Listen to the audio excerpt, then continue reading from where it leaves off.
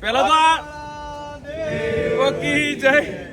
તો 20 દિવસ થયા સમૂહ લગ્ન પતે અને સમગ્ર ગુજરાત અને 18 આલમ, ખાલી 14 પરગણાનો રબારી સમાજ નહીં પણ 18 આલમમાં તમે જે પણ લોકોને મળતા હશો તો કેવો રિસ્પોન્સ લાગ્યો તમને બધાને?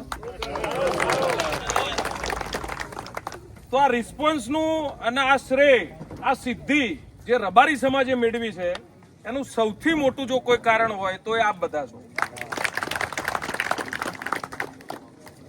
કરવા વાળો મારા જેવા બીજા પણ હિંમત કરશે જ હવે, એવું મને અંતરથી એવું મને લાગે છે કે મારા જેવો હિંમત કરશે. કેમ કે તમારા જેવા બધા જ લોકો જો મારી સાથે ઉભા રહ્યા છીએ તો આપણે બધા એમની સાથે પણ ઉભા રહીશું. અને સમગ્ર ગુજરાતનો રબારી સમાજ આ મારામાં જે મહેનત કરી છે એના કરતા થોડી વધારે મહેનત કરશે એવું પણ આશા છે.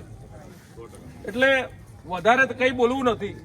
આ સમગ્ર સમૂહ લગ્ન, આ સમગ્ર કાર્યક્રમ અડેહણાના પરા ખાતે જે થયો એ માત્ર ને માત્ર એ આખો કાર્યક્રમ તમારા બધા જ સ્વયંસેવકોના ચરણોમાં સમર્પિત છે.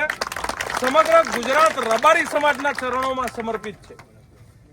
આ શ્રેય, આ સિદ્ધિ હું પહેલા દિવસથી હું, મારો પરિવાર ને મારું આખું ગામ કહે છે કે ભાઈ આ સમૂહ લગ્ન જે 14 પરગણા રબારી સમાજના થયા એ 14 પરગણા રબારી સમાજના વ્યક્તિઓએ કર્યા છે, એક દિનેશે નહીં.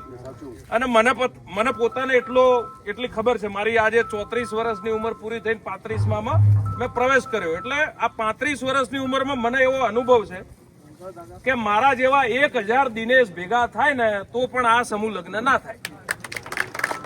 જો આ સમૂહ લગ્ન સારામાં સારા થયા હોય તો એનું સંપૂર્ણ કારણ તમે બધા છો. એટલે જો આ સન્માનના હકદાર, હું જ્યાં ગુજરાતમાં સન્માન લઉં છું ને તો એ મારા અંતરથી એવું વિચારીને લઉં છું કે આ સન્માન મારું એકનું નહીં, મારા પરિવારનું, મારા ગામનું અને આ સમગ્ર સેવાડાનું અને સમગ્ર રબારી સમાજનું સન્માન છે. એ રીતે હું સન્માન લઉં છું. હું જે દિવસથી સમજો 14 તારીખે 13 તારીખે સમૂહ લગ્ન પત્યા અને 14 તારીખથી આજ દિન સુધી રોજના 5 જગ્યાએ 6 જગ્યાએ જવાનું ચાલુ છે. પણ અમે એક નિયમ કર્યો છે કે જીવનમાં કોઈ દિવસ કોઈની 1 રૂપિયો પેરમણી લેવાની નહીં. જે પેરમણી અમને આપે છે એ અમે 500 ઉમેરીને એમને પાછા આપી દઈએ. કારણ કે કરીને ઉઘરાવો તો ને કરવાનું હતું જ નહીં, એ તો માતાજી એવો દાડો નહીં આવવા દીધો. પણ આ સમૂહ લગ્નની સહેજે આગી પાછી વાત ના થાય. જો હું આજે કંઈક કરું ને તો એ બધું તમારા ઉપર આવે. એટલે હું મારા સેમાળાની અને આ જેટલા સ્વયંસેવકો છે એમનું માથું સહેજ પણ ઝૂકે નહીં. એ માટે હું જીવું છું ત્યાં સુધી તમારા બધા માટે જીવું છું. અને તમે બધા જે મહેનત કરી છે, હું આ ધરતી માતાને સ્પર્શ કરી અને તમને બધાને એવું સમજો કે હું તમને સ્પર્શ કરું છું અને આશીર્વાદ રહે તમારા બધાના મારા ઉપર, એટલી આશા રાખું છું.